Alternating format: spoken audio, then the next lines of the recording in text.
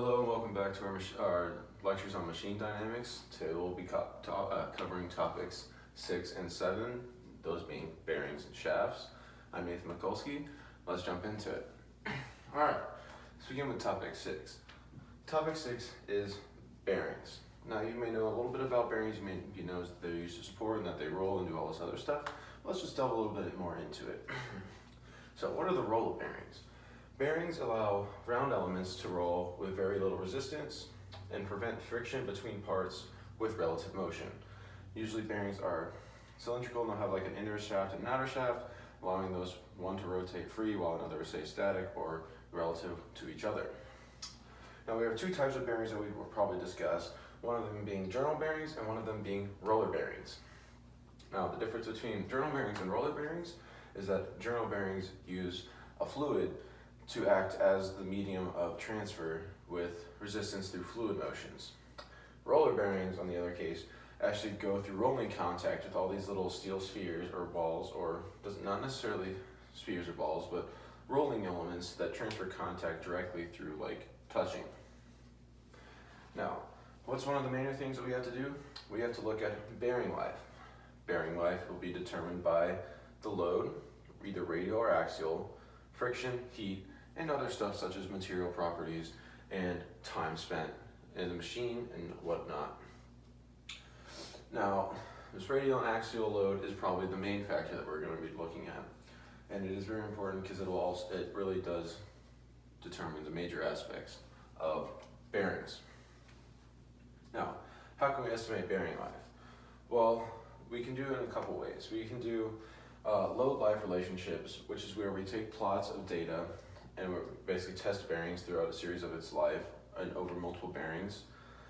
And we test a relationship and we're plotting the load versus life on a log-log plot and analyzing that plot to see where we can estimate it's worn out, so we can see where it estimates that it loses life.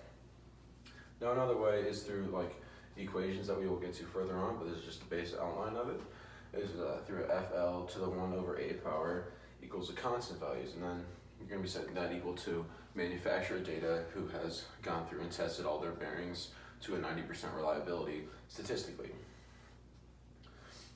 So in this case, our A is going to be, or F is going to be your force, L is going to be your life, and A is determined by the type of bearing, whether it'll be, in this case we're going to be looking at roller bearings, but it's either going to be A equals 3 for a ball bearing or A equals 10 over 3 for a roller bearing. Now, the rating life, we're going to delve right into these, but we're going to have to cover some topics first. Let's cover rating life. Rating life is the life required for 10% of a sample to fail, but it's also known as the min life or L10. And this is usually given out by the manufacturers and is used as a base of testing and estimate for the tool life. The catalog load, or C10 value, is a constant radial load that causes 10% of a group to fail at the L10 value. Again, this is determined statistically, which our 10% will give us the 90% reliability, and they're just doing testing over multiple bearings and all this other stuff. And this depends on the type, geometry, and other factors of the bearings. Again, some being material, some being life already worn, and other factors like that. So we're going to come revisit this equation, but we're going to revisit it in a different way. So we're going to set it equal to each other. So that way we can determine stuff from the catalog values versus something from a real world value. So we can have it as FR LR to the 1 over A equals FD LD to the 1 over A. This is essentially saying that this constant is going to be equal, so that way we can just set this equal for catalog values and for actual values. So moving on, we can see that FR and LR are basically going to be our C10 and L10, which are values given by the manufacturer. L10 is typically 10 to the 6th revolutions per minute, which is given out by the manufacturers. It can be different, but that's just one that is mainly happening, and most of the time if it's not stated, it's kind of assumed to be that. Remember, C10 L10 to the 1 over A equals FD LD to the 1 over A, and we can rearrange because most of the time we will know these and know this, like I said, because it's pretty much statistically using. And we know our A because we'll be knowing our type of bearings, so we can rearrange to solve for our catalog values to see what bearings we would need to order, manufacture, or have on hand. And just another variation to get our LD, so the life that we're operating off of, it can be rewritten as 60 times LD ND, where LD is the life in hours and N is the revolutions per minute. That way we can get an equivalent value, and 60 to get it out of feet per minute, or to get it out of minutes to seconds. And then rearranging is basically the same thing. Now, what if we want a reliability that is greater than 90%? Well, we're gonna have to use different equations and different maths, and it just becomes a little bit more interesting. So let's take a look. For reliability greater than 90%, our C10 equation is here. Sorry, C10 will equal AF FD times XD over X naught plus theta minus X naught times R times 1 minus RD to the 1 over B, all of that to the 1 over A, but not the AF and FD.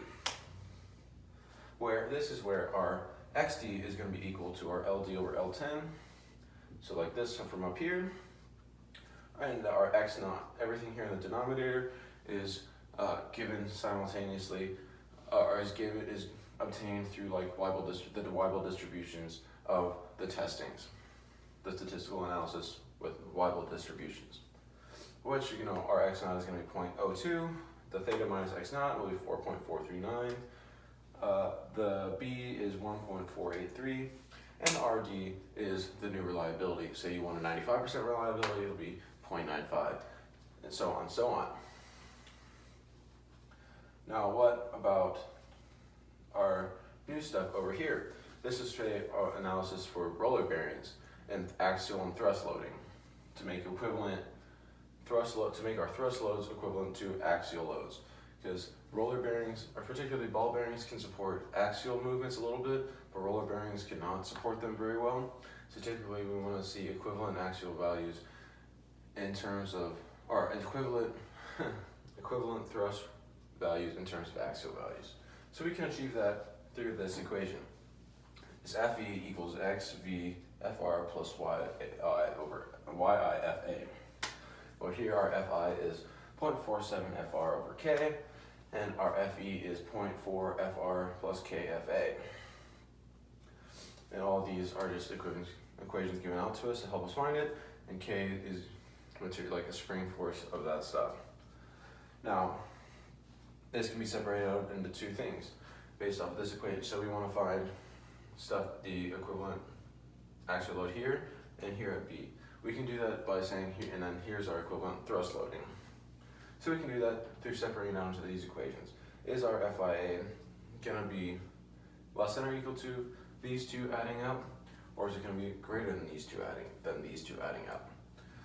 So if it is less than them adding up, our FRA is going to be driven from this equation, the 0.4 FA plus KA times these two forces together, and then the FB will be just thrust forcing.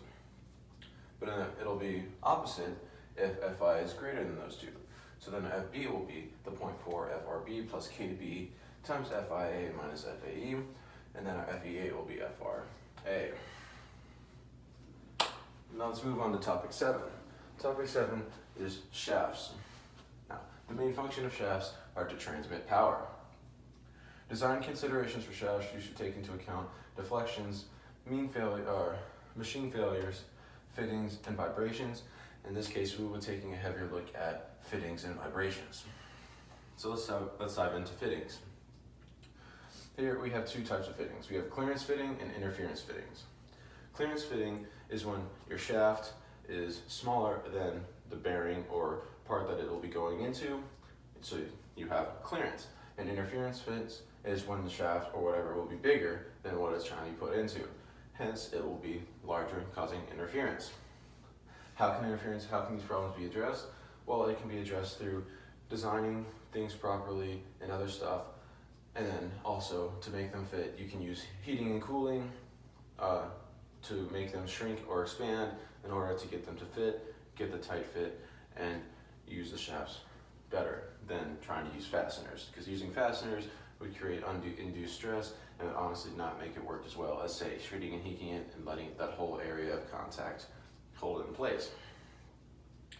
Now, let's look at standard tolerance. Our standard tolerance is going to be our D minus delta 1 is less than or equal to D, which is less than or D plus delta 2, which is basically just saying our clearance is going to be within a certain range of values.